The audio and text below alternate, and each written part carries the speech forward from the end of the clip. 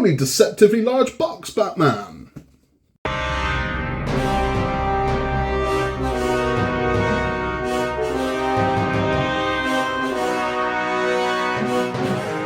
Hello there and welcome back to Build the Boys. We now have issue 34 of Hachette's Build the Batmobile Tumbler to finish this block of 6.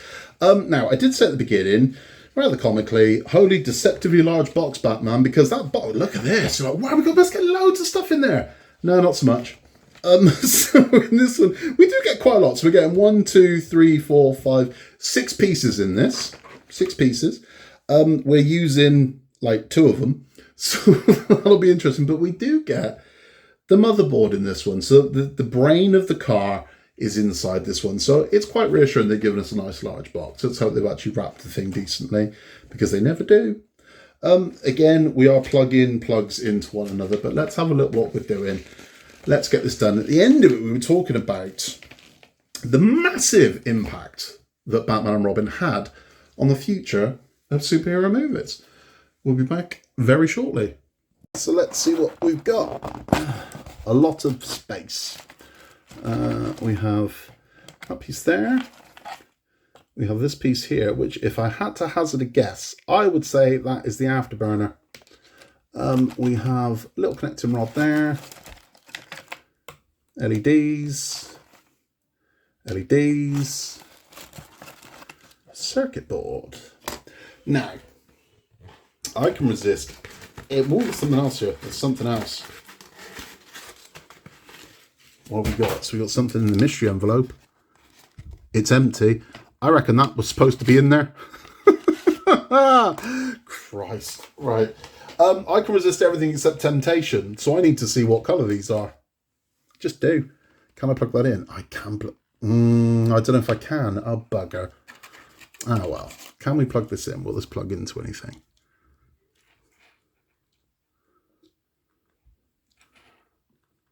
No. We'll never know. For now, that's not going to plug into my thing. I want to know what colour these are. I really want to know, but not going to. Right, about this one. Can we plug these in? Are these just white? I reckon these are white. What do you reckon, white? Are you saying white? I reckon you're saying white. You thinking white? I reckon you're thinking white. I'm thinking white. White. So it stands to reason these ones would also be white. Maybe they're red, though. Who knows? Maybe red. Could they be red? They might be red. They're white. I don't remember there being that many lights on the bloody Batmobile. I don't, but I reckon this is the afterburner. I think these would light up, and I think that would be the afterburner. I might be completely wrong, but I think those are 7 bulbs that all light up an afterburner. But I don't have a test board that I can put that into. Shame. Okay, let's get on with the build. Okay, so taking this one here that's got 16 and 17 on it, we're going to take wire 16, and we're going to plug that into 16. Then we're going to take wire 17, we're going to plug that into plug 17, nice and secure. So that's 16 and 17 done. The next thing we're going to do is we are going to take this LED here, which has got a 19 on it, and we're going to plug that into 19 there. So that's going to plug in like so. And then that's that one done. And then, 18. So 18 there is going to go into the circuit board. So we're going to bring our circuit board over and we're going to find plug 18, which is it's over there.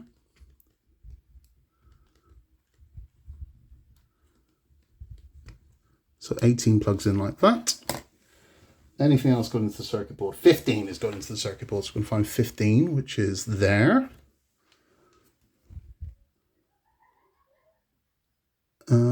Yep, so that's on the opposing side. So 15 is going to go in like that. So that's 15 in. And that's it. Oh, Jesus. Right, so those are all into the circuit board. Now, we do have the ones we built last time, but they don't look like they go in here. Because I've got 20, 7, 1, 11, 5, 10, 30. They don't. There's 1 and there's 12. So 12 would go in there. But don't do that yet, because there's no way of knowing that this actually goes in here. And now I would imagine on our battery box over here, we got a number 11. Does the battery box plug into this? Yes, it does. So the battery box will plug in there. So the battery box is going to plug in there at some point. But again, we don't know what this has got to thread through and meet up to. So that's what we've got. Now you can see 2 holes in this. It's going to screw to something at some point. But that is all there is in this stage. Oh dear, right. So that is these 6 done. Now coming in the next issue, more wires. So that's what we've got. Connecting cables, LEDs and switches. So in issue 35, a load more wires. But it's okay. Keep the faith, people. Let's have a chat. Yeah, we've got the circuit board now, we've got the battery box, we've got a load of LEDs, we've got a load more LEDs coming, so this thing's going to light up like a Christmas tree at some point, I'm sure. And then we're going to have to put the servo motors, there's a lot going into this one. So there's a lot of electrics. The more electrics you have, the more problems you get, so that's something to look forward to. But hey, look, at least the electrics are done. We haven't got to wait till much later on in the build to find out our electrics don't work. At least the electrics are done at this point, aren't they, you know? That's all for the build instructions. If you are sticking around for our back chat, we are talking about the impact Batman and Robin had on superhero cinema today. So, Batman and Robin, massively, massively, massively important because it taught everyone a lot. It taught everyone that you could no longer take your audience for fools. You could no longer neglect your source material. You could no longer flip something completely to sell toys. You're either making superhero movies or you're selling toys. If you can do both at the same time, fantastic. But what you can't do is insult your audience. You can't say, okay, here's dark, edgy Batman, and then flip on them and say, well, actually, we want to sell toys. Can't do it. Not going to work. So as a result of that, it took Hollywood to look at everything that they were doing and go, right, okay, what needs to change? Because there's clearly a market for superhero movies, but there isn't a market for this type of superhero movie. As a result of that, we then get the likes of X-Men and also Blade. So Blade came out a year after this movie. So Blade came out in 1998, 1 year after Batman and Robin, which is remarkable if you think about it. I mean, the contrast of those two movies is huge. And Blade, again, is a very important film in the history of superhero movies because what Blade did. So Stan Lee, when Marvel nearly went kaput in the early 90s, Stan Lee went on a fire sale and he sold the rights to every character except for the 4 main Avengers. He sold the rights to every single character to multiple different studios. So they ended up all over the place.